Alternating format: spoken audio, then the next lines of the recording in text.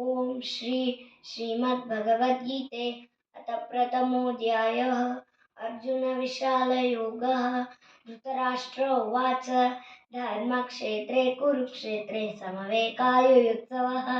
मामकाः पाण्डवश्चैव किमकुर्वत सञ्जयः। सञ्जय उवाच दुष्पान् दुर्पाण्डवानीकं धीर्यं दुर्योधनस्तथा आचार्यमनसंगम्य आचावचनमब्रवीत्। पश्यैका पाण्डुपुत्राणां वात्सल्यमुत्तेजमु युधान् तु वधपुत्रेण तव शिष्येण धीमता अद्रशूरा महेश्वास भीमार्जुनसमायुधि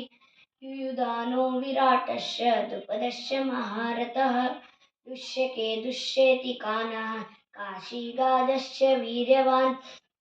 गुरुजिपुञ्जिपोजस्य शैलस्य नरपुङ्गवः युधान् मन्युश्च विक्रान्तौ उत्तमौदास्य वीर्यवान् सौभद्रौ द्रौपदेयाश्च सर्वे महारथः अस्माकं तु विशिष्याय कानि भोजनिधोत्तमः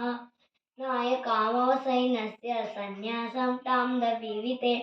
भवान् भीष्मस्य कर्णस्य द्रुपदस्य उञ्जयः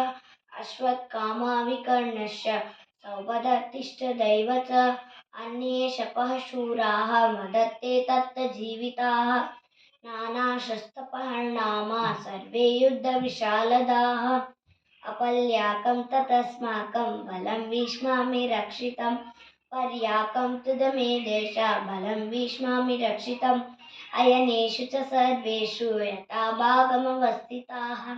भीष्ममेवाभिरक्षन्तु भवन्तः सर्व एव हि तस्य सञ्जनयन्नशं गुरुवृत्रपितापवान्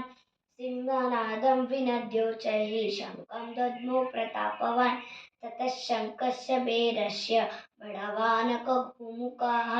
सहसैवाभ्यहन्यन्त सशब्दस्तु मुलोऽभवत् ततः श्वेतयये युक्ते महती स्यन्दने स्थितौ माधवः पाण्डवश्चैव दिव्यौ शङ्खौ प्रदद्मतुः पाञ्चजन्यं ऋषिकेशो एव दत्तं धनञ्जयः पौण्ड्रं दद्मौ महाशङ्खं भीमकर्मावृकोदरः